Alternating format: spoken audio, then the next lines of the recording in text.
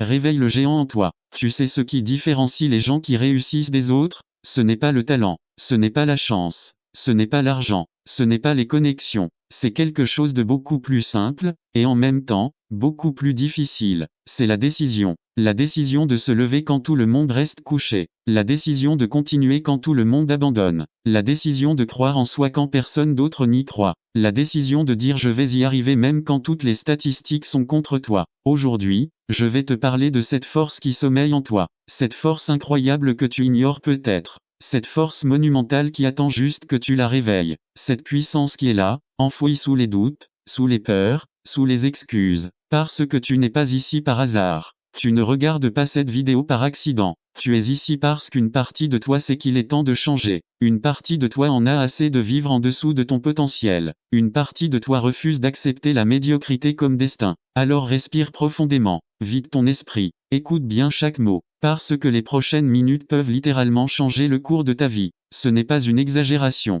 C'est une promesse. Si tu es prêt à écouter vraiment, à absorber vraiment, à appliquer vraiment, es-tu prêt? Alors allons-y, l'échec n'est pas ton ennemi, c'est ton professeur. Laisse-moi te dire quelque chose que personne n'ose te dire, l'échec est ton plus grand professeur, l'échec est ton meilleur allié, l'échec est le chemin obligé vers le succès. Oui, tu as bien entendu, l'échec. Regarde chaque personne que tu admires, chaque entrepreneur a du succès, chaque athlète olympique, chaque artiste est reconnu, chaque leader est inspirant. Leur succès n'est pas construit sur une route pavée d'or, il est construit sur une montagne d'échecs, une montagne gigantesque, imposante, terrifiante d'échecs. Michael Jordan a raté plus de 9000 tirs dans sa carrière, il a perdu presque 300 matchs, 26 fois, on lui a confié le tir de la victoire et il a raté. Et tu sais ce qu'il dit? J'ai échoué encore et encore et encore dans ma vie, et c'est pourquoi je réussis. Thomas Edison a échoué 10 000 fois avant d'inventer l'ampoule électrique. 10 000 fois. Et quand on lui demandait s'il ne se sentait pas découragé, il répondait, je n'ai pas échoué, j'ai juste trouvé 10 000 façons qui ne fonctionnent pas. La différence entre ceux qui réussissent et les autres, ce n'est pas qu'ils ne tombent pas, c'est qu'ils ne laissent pas l'échec les définir. Ils ne laissent pas l'échec les arrêter. Ils ne laissent pas l'échec les transformer en victimes. Ils utilisent l'échec comme carburant, comme leçon, comme tremplin. Tu tombes? Parfait. Maintenant tu sais ce qui ne marche pas. Tu te relèves, tu analyses, tu ajustes, et tu recommences. Plus fort qu'avant, plus sage qu'avant, plus déterminé qu'avant, plus intelligent qu'avant. Chaque échec est une information. Chaque chute est une leçon. Chaque revers est une redirection. Le problème, ce n'est pas l'échec. Le problème, c'est d'abandonner après l'échec. Le piège mortel de la zone de confort. Tu sais quel est le vrai danger dans ta vie? Ce n'est pas l'échec. Ce n'est pas la difficulté. Ce n'est pas l'obstacle. Le vrai danger, c'est la médiocrité confortable. C'est cette vie tiède où tu ne souffres pas vraiment, mais tu ne vis pas vraiment non plus. C'est ce lit douillet qui te supplie de rester 5 minutes de plus le matin. Allez, 5 petites minutes. Qu'est-ce que ça peut faire? Eh bien, ça fait toute la différence. Parce que ces 5 minutes deviennent 10, puis 20, puis 1 heure de retard sur tes objectifs. C'est cette voix insidieuse dans ta tête qui te dit demain, je commence. Demain, je vais à la salle. Demain, je commence mon projet. Demain, je change mes habitudes. Mais demain n'arrive jamais. Parce que quand demain arrive, il devient aujourd'hui. Et tu reportes encore. C'est cette vie prévisible, cette routine monotone où rien ne bouge, où rien ne grandit, où rien n'évolue. Métro, boulot, dodo. Répète, encore et encore, jusqu'à ce que tu te réveilles à 50 ans et que tu te demandes où est passée ta vie. La zone de confort, c'est un endroit magnifique. C'est chaud, c'est sécurisant, c'est familier. Mais tu sais quoi? Il ne pousse rien là-bas. Rien. Pas de rêve, pas de succès, pas de transformation, pas de croissance. C'est un cimetière pour les ambitions, un mouroir pour les talents.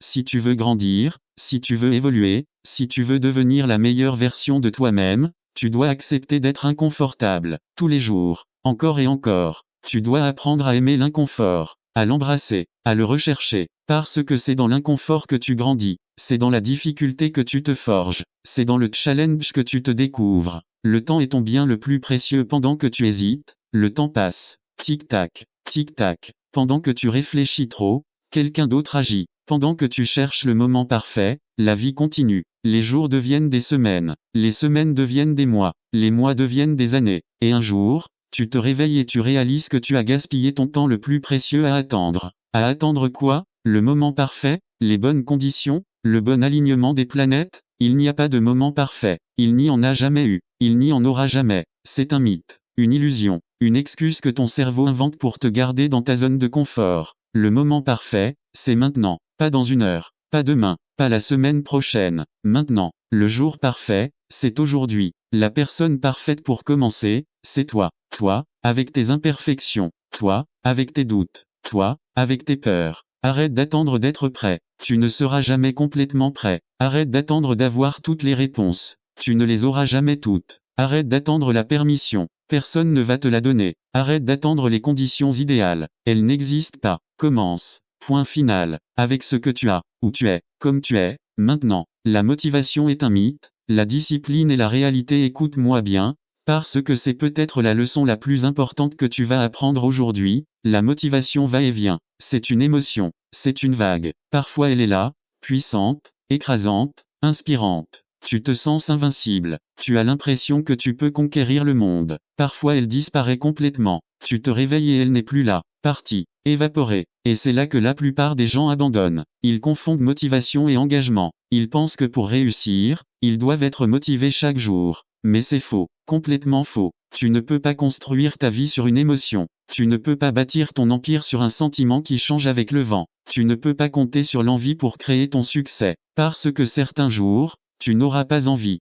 Point. Ce dont tu as besoin, ce n'est pas plus de motivation. C'est plus de discipline. La discipline, c'est complètement différent. La discipline, ce n'est pas une émotion, c'est une décision. Une décision que tu prends une fois, puis que tu honores chaque jour. La discipline, c'est faire ce qui doit être fait, même quand tu n'en as pas envie. Surtout quand tu n'en as pas envie. C'est aller à la salle de sport à 6 heures du matin quand il fait froid et sombre et que ton lit est chaud. C'est travailler sur ton projet pendant que tes amis font la fête. C'est étudier quand tu préférerais regarder des séries. C'est respecter ton régime alimentaire quand tout le monde autour de toi mange n'importe quoi. C'est dur? Oui. C'est inconfortable? Absolument. C'est nécessaire? Plus que tu ne peux l'imaginer. Parce que la discipline, c'est la liberté. Je sais que ça semble paradoxal. Comment quelque chose d'aussi rigide peut-il être liberté? Mais écoute, chaque sacrifice d'aujourd'hui est un investissement dans ton futur. Chaque moment de discipline maintenant est un pas vers la vie que tu veux demain. La discipline te libère de la médiocrité. La discipline te libère des regrets. La discipline te libère de la prison de ton potentiel non réalisé. Le pouvoir magique des petites actions. Tu veux savoir le secret des gens extraordinaires?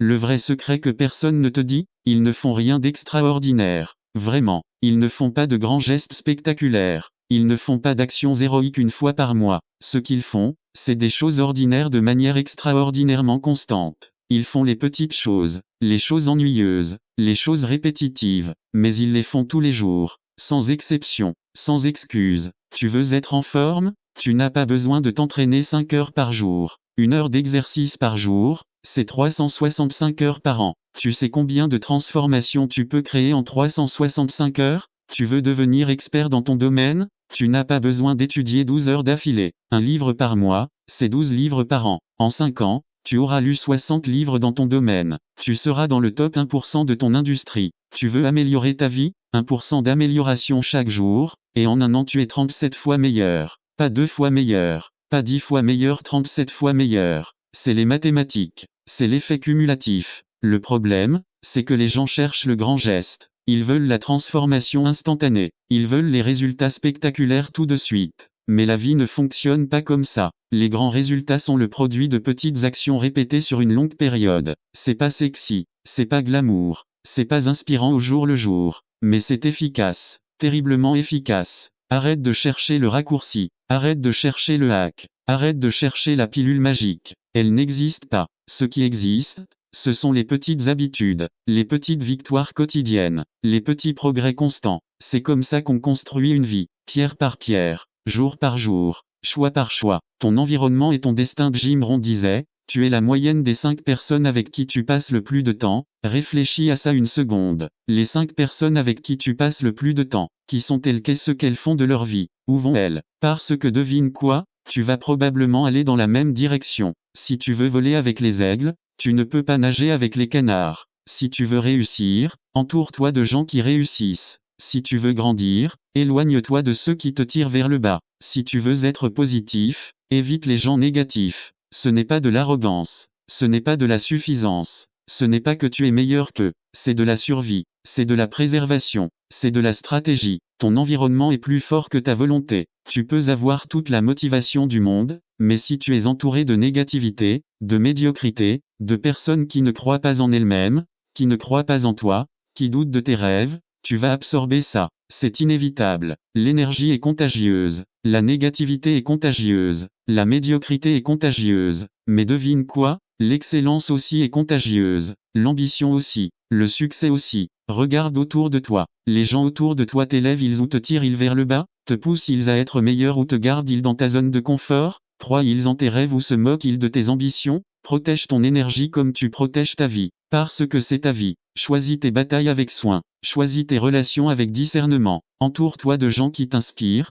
qui te challengent, qui croient en ta vision même quand elle semble folle, même quand elle semble impossible. Parce que les bonnes personnes autour de toi peuvent multiplier tes chances de succès, et les mauvaises peuvent les annuler complètement. Accepte la souffrance qui te fait grandir. Il y a deux types de souffrance dans la vie, deux douleurs que tu ne peux pas éviter. Tu vas en choisir une, consciemment ou inconsciemment, mais tu vas en choisir une. Il y a la souffrance de la discipline, et il y a la souffrance du regret. La souffrance de la discipline pèse quelques grammes. C'est le poids du réveil matinal. C'est l'inconfort de l'entraînement. C'est la difficulté de dire non aux tentations. C'est dur sur le moment, mais ça passe. La souffrance du regret pèse des tonnes. C'est le poids écrasant de se dire et si j'avais essayé, et si j'avais persévéré, et si je n'avais pas abandonné, ce poids-là, il reste, il grandit, il t'écrase. Se lever tôt est difficile, manger sainement est difficile, travailler dur est difficile, économiser de l'argent est difficile, étudier est difficile, s'entraîner est difficile, construire un business est difficile, mais tu sais ce qui est encore plus difficile?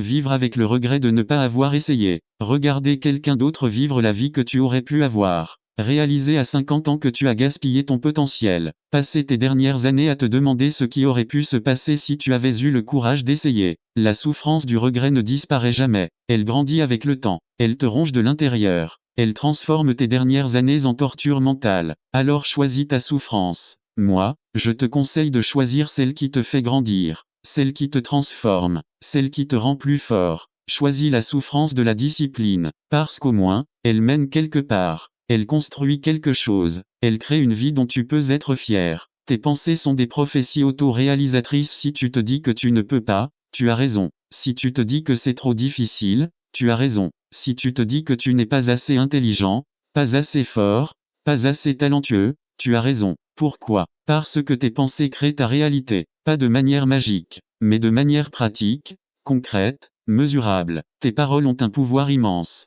Surtout celles que tu te dis à toi-même, ces conversations silencieuses dans ta tête, ces jugements constants, ces critiques incessantes, ou ces encouragements, ces affirmations, ces croyances. Tu es ton critique le plus dur, mais tu peux aussi devenir ton plus grand supporter. C'est un choix conscient que tu dois faire chaque jour. Change le dialogue dans ta tête. Au lieu de je ne peux pas, dis comment puis-je. Au lieu de c'est impossible, dis c'est difficile, mais je vais trouver un moyen. Au lieu de je ne suis pas capable, dis je ne suis pas encore capable, mais je vais apprendre. Tu vois la différence? Ce petit mot encore. Ce petit mot comment? Il change tout. Il transforme une affirmation fermée en une question ouverte. Il transforme une défaite en un défi. Tes pensées créent tes émotions. Tes émotions influencent tes actions. Tes actions créent tes habitudes. Tes habitudes forgent ton caractère. Et ton caractère détermine ton destin. Tout commence dans ta tête. Avec ce que tu te dis. Avec ce que tu crois possible. Avec ce que tu penses mériter. Alors change la bande-son. Change le narrateur. Change l'histoire que tu te racontes. Parce que tu deviens l'histoire que tu te répètes le plus souvent. Embrasse le processus.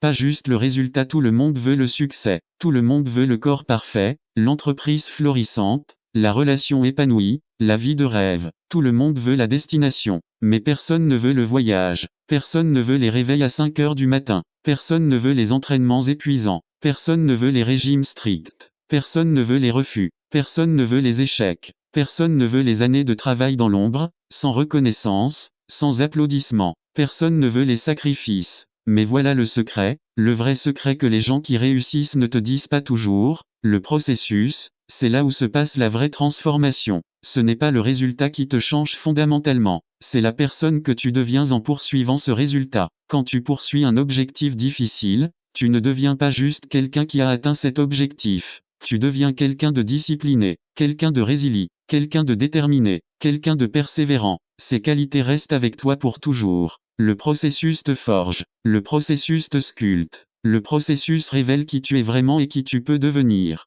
Alors arrête de juste regarder la destination, arrête de juste fantasmer sur le résultat, tombe amoureux du processus, apprends à apprécier le voyage, célèbre les petites victoires, apprécie les leçons des échecs, embrasse la difficulté, parce que c'est dans ces moments-là, dans ces jours ordinaires de travail acharné, dans ces heures de sueur et d'effort, que tu construis la personne extraordinaire que tu es destiné à devenir. Le résultat est temporaire, la personne que tu deviens est permanente. Partie 4, l'action massive, 17h-19h30, l'excès de réflexion et le cimetière des rêves. Combien de temps vas-tu passer à planifier avant de commencer à agir? Combien de listes vas-tu faire? Combien de plans vas-tu créer? Combien de scénarios vas-tu anticiper? Combien de livres vas-tu lire avant d'appliquer ce que tu sais déjà? Tu connais déjà 90% de ce que tu dois faire. Tu le sais, arrête de chercher plus d'informations. Arrête de chercher le livre parfait. Arrête de chercher le cours idéal. Combien de vidéos motivantes vas-tu regarder avant de bouger?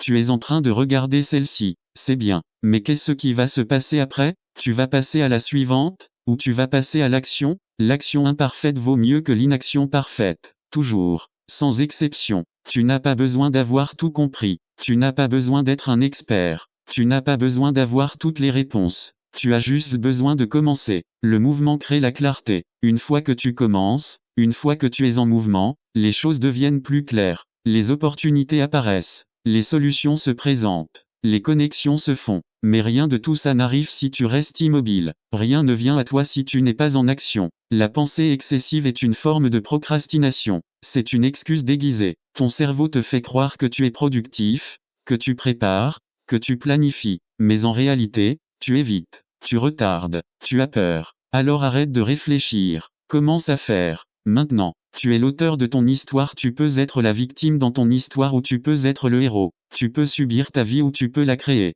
Tu peux réagir ou tu peux agir. C'est ton choix conscient, ton choix de chaque instant. Arrête de blâmer les circonstances. Arrête de blâmer ton passé. Arrête de blâmer tes parents. Arrête de blâmer ton éducation. Arrête de blâmer ton quartier. Arrête de blâmer l'économie. Arrête de blâmer ton patron. Arrête de blâmer les autres. Oui, peut-être que tu as eu un mauvais départ. Peut-être que les cartes étaient contre toi dès le début. Peut-être que la vie t'a frappé durement. Peut-être que tu as souffert. Peut-être que tu as vécu des choses terribles. Peut-être que ce n'était pas juste. Peut-être que tu méritais mieux. Et alors, je ne dis pas ça pour minimiser ta douleur. Je ne dis pas ça pour ignorer tes difficultés. Mais ce qui compte maintenant, ce n'est pas ce qui s'est passé. C'est ce que tu vas faire avec ce qu'il te reste. Ce qui compte, c'est la décision que tu prends aujourd'hui. Maintenant, dans ce moment précis. Tu as le pouvoir d'écrire une nouvelle page, une nouvelle histoire. Tu as le pouvoir de décider que, à partir de maintenant, les choses vont changer, que ton passé ne définit pas ton futur, que tes erreurs ne sont pas ta destinée, que tes échecs ne sont pas ton identité. Tu es l'auteur de ton histoire. Alors écris une histoire dont tu peux être fier. Écris une histoire qui inspire. Écris une histoire qui prouve que peu importe d'où tu viens, tu peux aller où tu veux. Le courage est une action, pas un sentiment. Tu penses que les gens courageux n'ont pas peur? Tu penses qu'ils sont différents, qu'ils sont nés avec un gène spécial? Détrompe-toi. Ils ont peur, terriblement peur. Ils tremblent, ils doutent, ils paniquent parfois. La différence, c'est qu'ils agissent malgré la peur. Ils avancent même quand leurs mains tremblent. Ils parlent même quand leur voix vacille. Ils prennent des risques même quand ils pourraient échouer. Ils essaient même quand le succès n'est pas garanti. Le courage, ce n'est pas être fort. C'est avancer même quand tu te sens faible. Ce n'est pas être sûr de toi. C'est agir même dans le doute. Ce n'est pas l'absence de peur. C'est l'action en présence de la peur. Tu auras peur. C'est garanti. C'est normal. C'est humain. La peur est là pour te protéger. Mais ne la laisse pas te paralyser. Ne la laisse pas te contrôler. Ne la laisse pas décider pour toi. N'attends pas que la peur disparaisse pour bouger. Parce qu'elle ne disparaîtra jamais complètement. Apprends à danser avec elle. Apprends à avancer avec elle. Fais-toi un allié de ta peur. Utilise-la comme indicateur que tu es sur le point de faire quelque chose d'important. Le moment de vérité. Tu es arrivé jusqu'ici. Tu as écouté. Tu as absorbé. Tu as peut-être même ressenti quelque chose. Une étincelle. Une inspiration. Un désir de changer. Maintenant, la vraie question. La seule question qui compte vraiment. Qu'est-ce que tu vas faire? Parce que l'inspiration sans action, c'est juste du divertissement. Les mots sans les gestes, c'est juste du bruit. Les bonnes intentions sans exécution, c'est juste des rêves qui meurent. Tu as en toi tout ce dont tu as besoin pour réussir. Tu l'as toujours eu. Le talent, la force, le courage, la détermination, l'intelligence. Tout est là, en toi, qui attend d'être libéré, qui attend que tu l'actives, qui attend que tu lui donnes la permission de s'exprimer. Mais personne ne viendra le faire à ta place.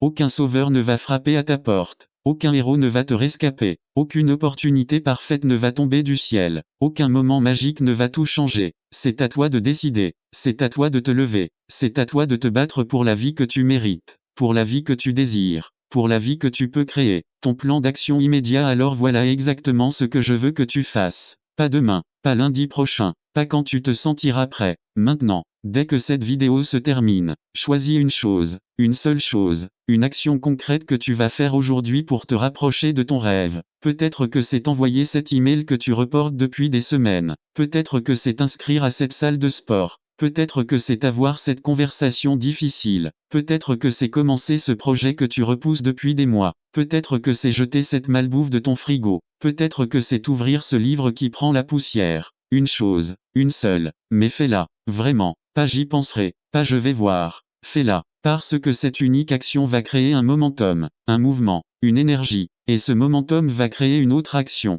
et une autre, et une autre. Et ce momentum va créer une habitude, et cette habitude va créer un changement, et ce changement va créer une transformation. L'héritage que tu vas laisser, rappelle-toi, tu n'es pas en compétition avec les autres, tu es en compétition avec la personne que tu étais hier. La seule question qui compte, c'est, est-ce que je suis meilleur aujourd'hui qu'hier? Est-ce que j'ai progressé? Est-ce que j'ai grandi?